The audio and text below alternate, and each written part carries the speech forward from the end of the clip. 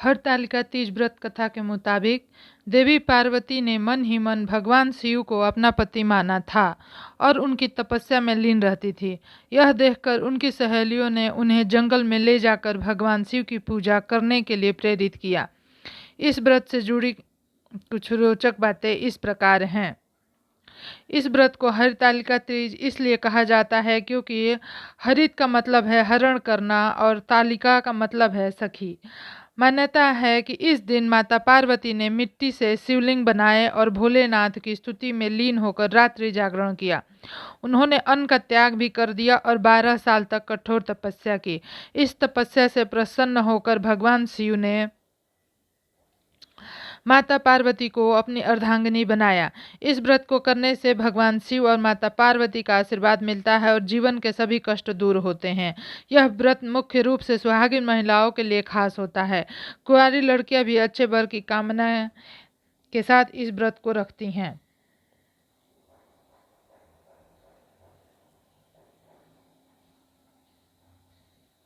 हरितालिका तीज व्रत की पौराणिक कथा हिंदी में।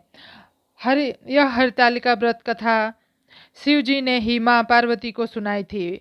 शिव भगवान ने इस कथा में माँ पार्वती को उनका पिछला जन्म याद दिलाया था। उन्होंने कहा, हे गौरा, पिछले जन्म में तुमने मुझे पाने के लिए बहुत छोटी उम्र में कठोर तप और घोर तपस्या की थी। तुमने ना तो कुछ खाया और ना ही पिया, बस हवा और सूखे पत्ते चबाए। जला देने वाली गर्मी हो या कपा देने वाली ठंड, तुम नहीं हटी, डटी रही। बारिश में भी तुमने जल ही पिया। तुम्हें इस हाल में देखकर तुम्हारे पिता दुखी थे। उनको दुखी देखकर नारद मुनि आए और कहा कि मैं भगवान विष्णु को भेजने पर आया हूँ यहाँ। वह आपकी कन्या से विवाह करना चाहते हैं।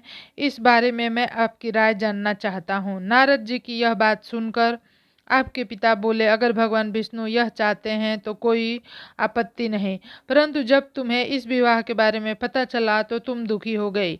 तुम्हारी एक सहेली ने तुम्हारे दुख का कारण पूछा तो तुमने कहा कि मैंने सच्चे मन से भगवान शिव का वरण किया है, किंतु मेरे पिता ने मेरा विवाह विष्णु जी के साथ तय कर दिया है। मैं विचित्र संकट में हूँ। अब मेरे पास प्राण त्यागने के अलावा कोई उपाय नहीं बचा। तुम्हारी सखी बहुत ही समझदार थी। उसने कहा, प्राण छोड़ने का यहाँ कारण ही क्या है? संकट के समय धैर्य से काम लेना चाहिए।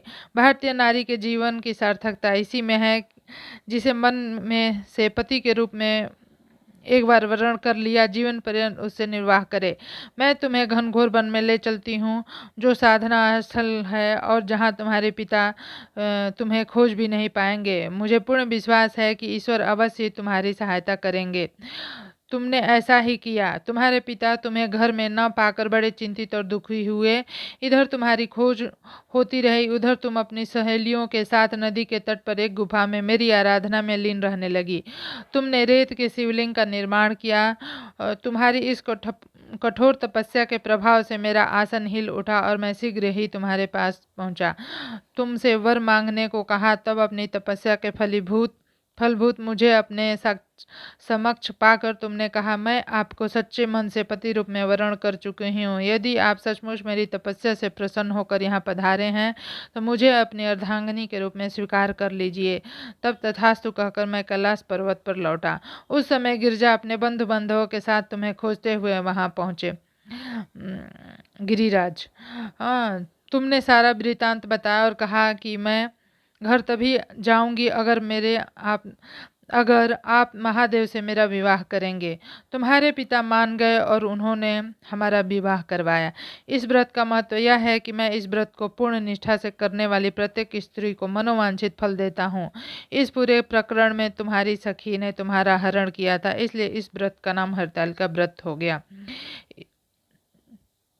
इस व्रत को करने वाली स्त्रियां पार्वती जी के समान ही सुखपूर्वक पति रमण करके शिवलोक को जाती हैं। सौभाग्यवती स्त्री अपने सुहाग को अखंड बनाए रखने और अविवाहित युवतियां मन मुताबिक वर पाने के लिए हरतालिका तीज का व्रत करती हैं। इस दिन व्रत करने वाली स्त्रियां सूर्योदय से पूरे उठ जाती हैं और नहाकर पूरा श्रृंगार करती हैं।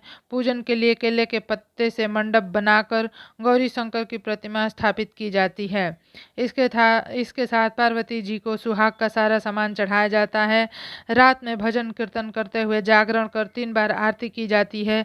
शिव पार्वती विवाह की कथा सुनी जाती है। इस व्रत के व्रती को शयन का निषेध है, इसके लिए उसे रात्रि में भजन कीर्तन के साथ रात्रि जागरण करना पड़ता है।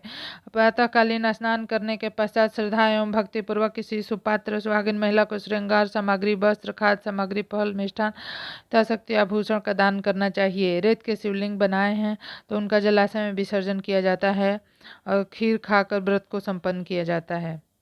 तो ये रही हरतालिका तीज व्रत की कथा और विधि। धन्यवाद।